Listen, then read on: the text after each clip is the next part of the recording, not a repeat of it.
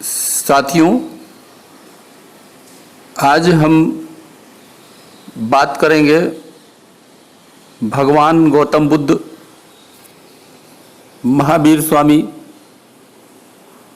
और उसके पहले वैदिक धर्म की।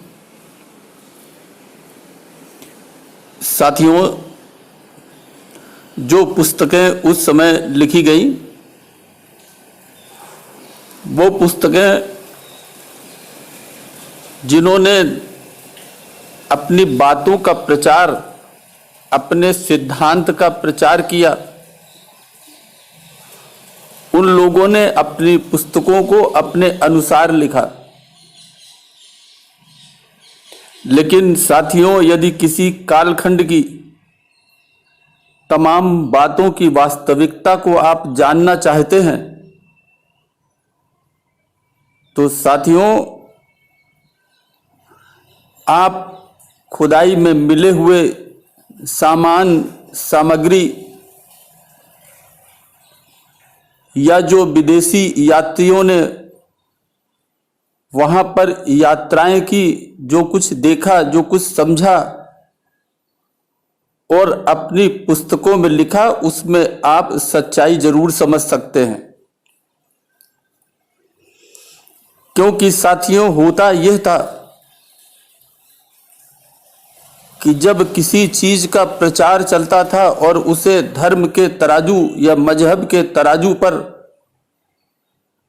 हम जब देखते हैं तो हम पाते हैं कि इसमें जो सत्ताधारी राजा थे उनका उसे बढ़ाने में बहुत बड़ा योगदान था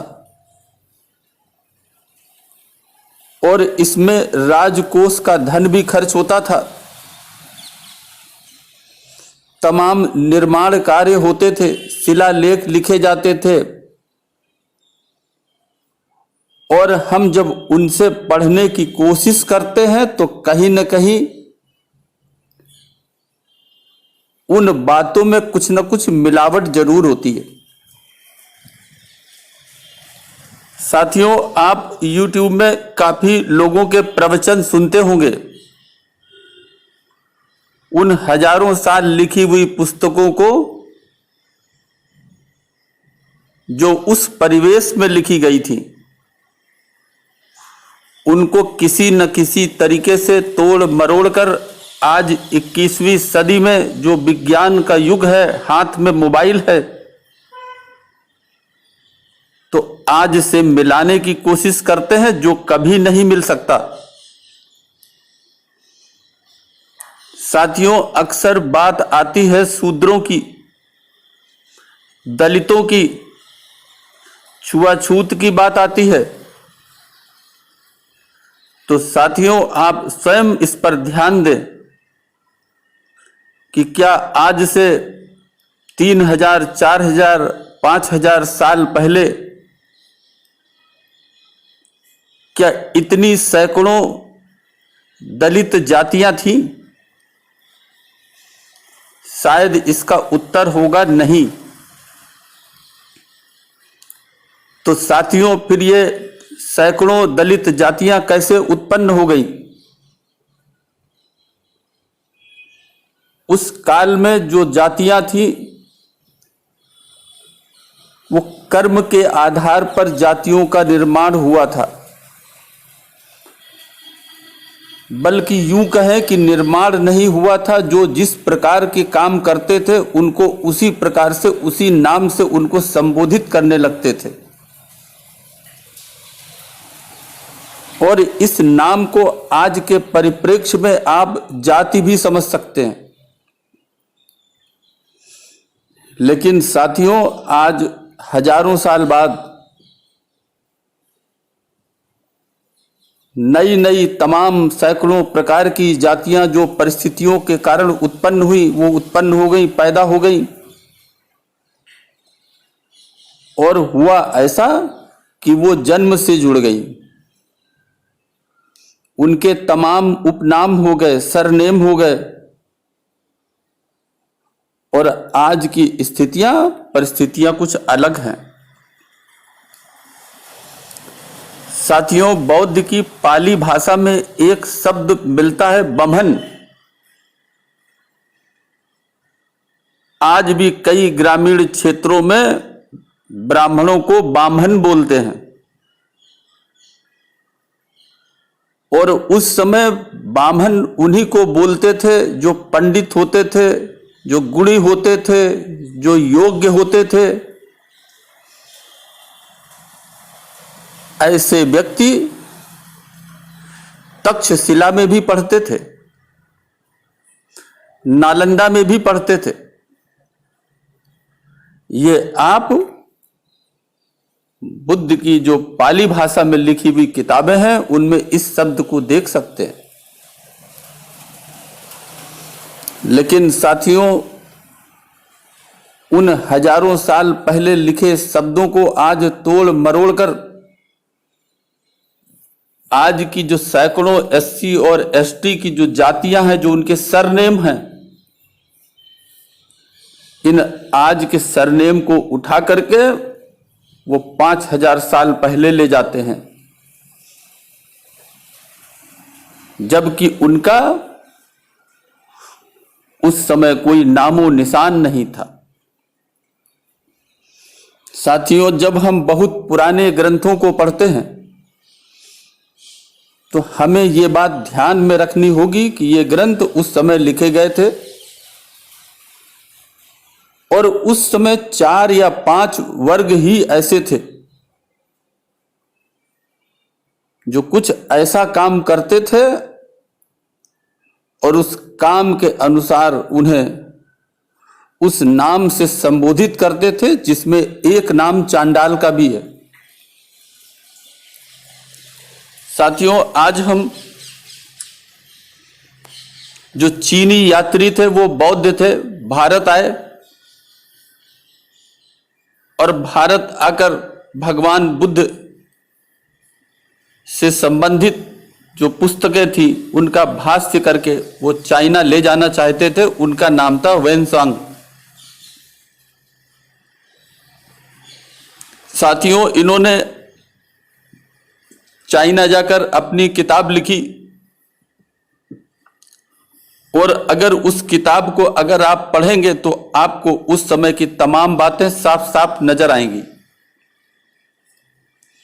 वेनसांग ने गांधार, कश्मीर, पंजाब, कपिलवस्तु, बनारस, गया एवं कुशीनगर की यात्रा की, लेकिन भारत में सबसे महत्वपूर्ण समय कन्नौज में उनका बीता।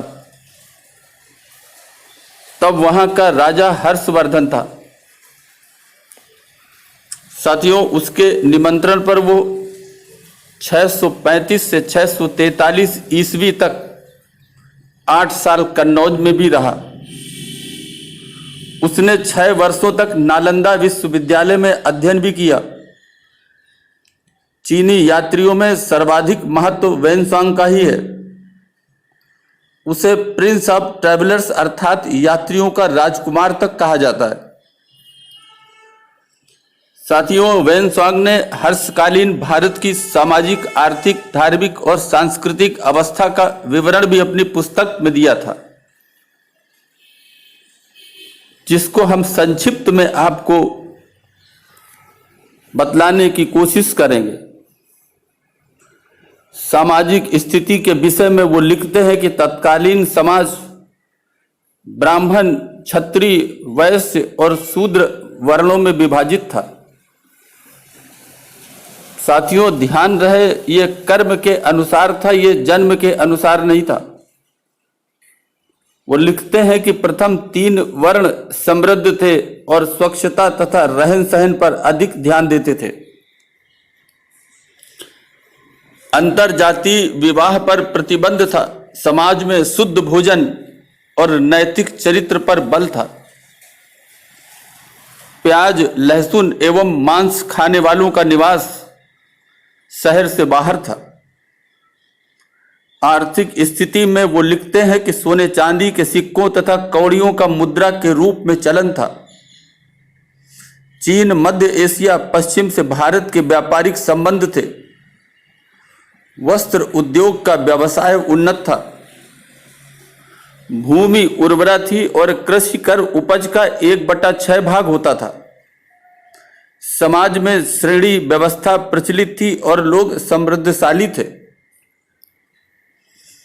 धार्मिक जीवन के विषय में वो लिखते हैं कि भारत में ब्राह्मण धर्म का प्रभाव था और राजा प्रजा धर्म सहिष्णु थे। जैन और बौद्ध धर्म भी प्रचलित थे। ज्ञान की खोज धार्मिक जीवन का मुख्य लक्ष्य था। सभी धर्मों में मूर्ति पूजा का चलन था। ब्राह्मण धर्म में यज्ञ और गाय आदरणीय थी। साथियों, राजनैतिक जीवन के विषय में लिखते हैं कि हर्षवर्धन की राज्य कार्यों में व्यक्तिगत रुचि थी। वो निरीक्षण यात्राएं करते रहते थे। दंड नीति उदार थी और अपराध कम होते थे। कुछ अपराधों में कठोर सजा का प्राविधान भी था। शासन पद्धति हितकारी सिद्धांतों पर आधारित थी। राज्य की आय राज्य कार्य चलाने, वेतन, पुरस्कार, दान आदि में खर्च होती थी। हर्षवर्धन के पास एक विशाल सेना थी। साथियों, शिक्षा में लिखते हैं कि ब्राह्मी लिपि प्रचलित थी और शिक्षा में संस्कृत भाषा तथा वाद विवाद प्रचलित थे। शिक्षा विहारों व गुरुकुलों के माध्यम से वेदों का पाठ मौखिक रूप से भी पढ़ाया जाता था। वो लिखते हैं कि नालंदा एवं वल्लभी शिक्षा के प्रमुख केंद्र थे। तो साथियों, इस प्रकार से यदि आप किसी कालखंड की बातों को जानना चाहते हैं तो ऐसी पुस्तकों से आपको वास्तविक स्वरूप के दर्शन होंगे। लेकिन साथियों, इन किताबों को उन हजारों साल पहले के परिप्रेक्ष्य में ही आपको देखना, पढ़ना और समझना होगा। इनमें से अधिकांश बातें हजारों साल बाद आज अप्रासंगिक हो चुकी हैं। आज उनका न तो कोई अर्थ है न कोई उपयोगिता है। ये बात भी आपको समझनी होगी। साथियों, अभी के लिए बस इतना ही। धन्यवाद।